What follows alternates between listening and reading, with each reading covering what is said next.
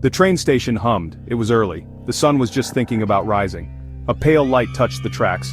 People rushed. They carried bags. They carried coffee. Wheels rumbled on the rails nearby.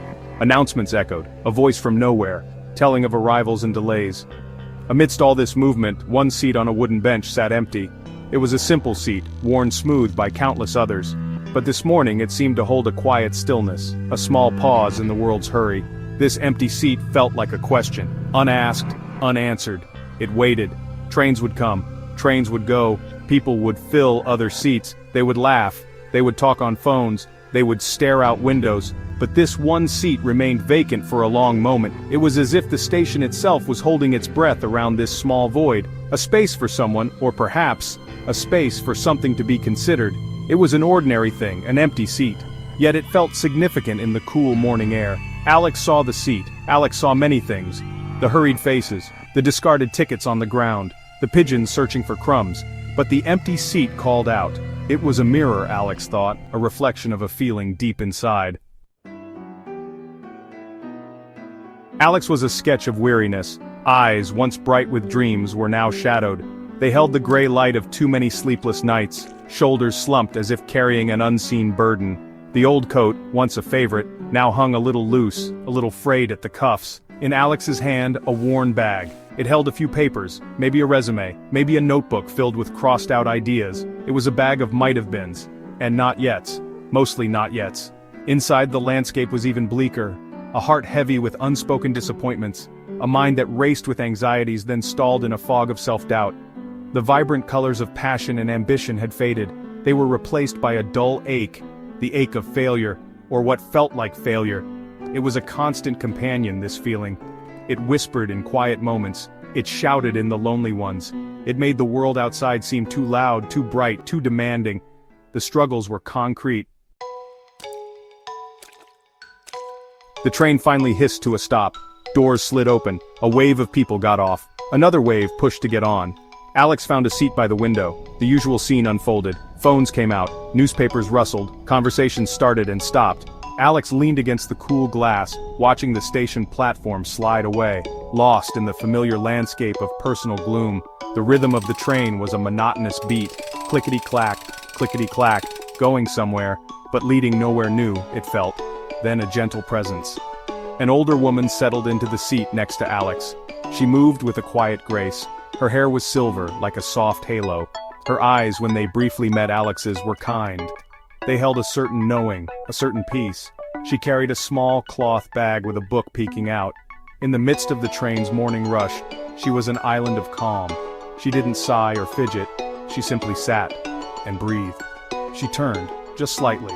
A small smile touched her lips. "The city is waking up beautifully this morning, isn't it?" she said. Her voice was soft, not demanding attention. The woman Alara began to speak, not in a rush, not with loud pronouncements. Her words were soft, like whispers meant only for Alex. She didn't offer solutions to problems she didn't know. She didn't pry. She simply shared small pieces of wisdom, like someone scattering tiny glowing seeds, hoping one might find fertile ground. She spoke of seasons, how even in winter life prepares for spring, how darkness always eventually gives way to light.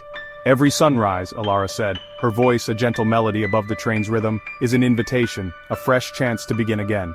She paused, then added, "And remember, small steps still move you forward, even the tiniest ones. They count." These were not new ideas.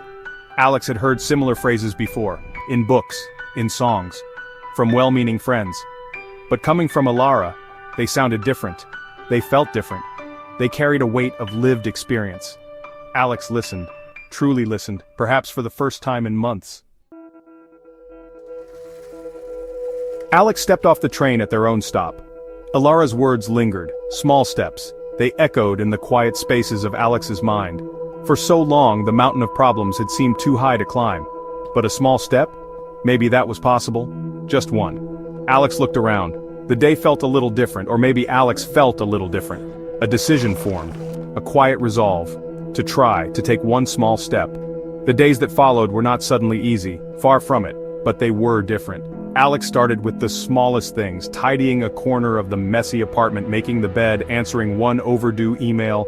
taking a short walk in the park, noticing the trees, the sky. Each action was tiny, almost insignificant, but it was movement. There were still many hard days, days filled with the old despair, days when giving up seemed the only option. The shadow was a persistent thing, but then Alex would remember Ilara's voice. A year passed, or maybe more. Time had a way of reshaping itself when filled with purpose. Alex stood by a window looking out at the city. But this was a different Alex. The slump in the shoulders was gone, replaced by a quiet confidence.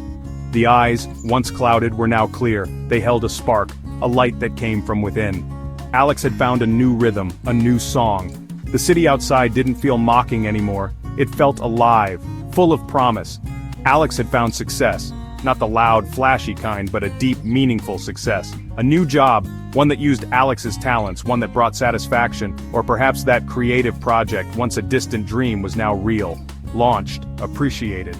The path had been difficult. There were scars, but they were reminders of battles fought and won. The heavy weight had lifted, replaced by a sense of accomplishment, a sense of peace. The sky seemed bluer. One afternoon, Alex was walking through a familiar neighborhood. The train station hummed again, early morning, the sun painting the sky with fresh colors. Alex was there, not with the old weariness, but with a light step, a sense of belonging. Alex was part of the city's energy now, moving with purpose, heading towards a day filled with meaning. The sounds of the station, the rush of people, it was all part of a familiar, comforting rhythm.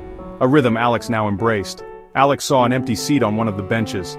The same kind of worn wooden seat, but it didn't look like a void anymore. It didn't echo Alex's past emptiness. Instead, it looked like an opportunity, a space waiting, a quiet invitation. It was a reminder that life was always in motion, always offering new chances, new connections. It was a symbol not of lack but of quiet possibility, a place where journeys could begin. A young person sat down on that bench, shoulders slightly slumped, eyes looking down, a familiar air of uncertainty about them. They clutched a backpack tightly. They looked a little lost.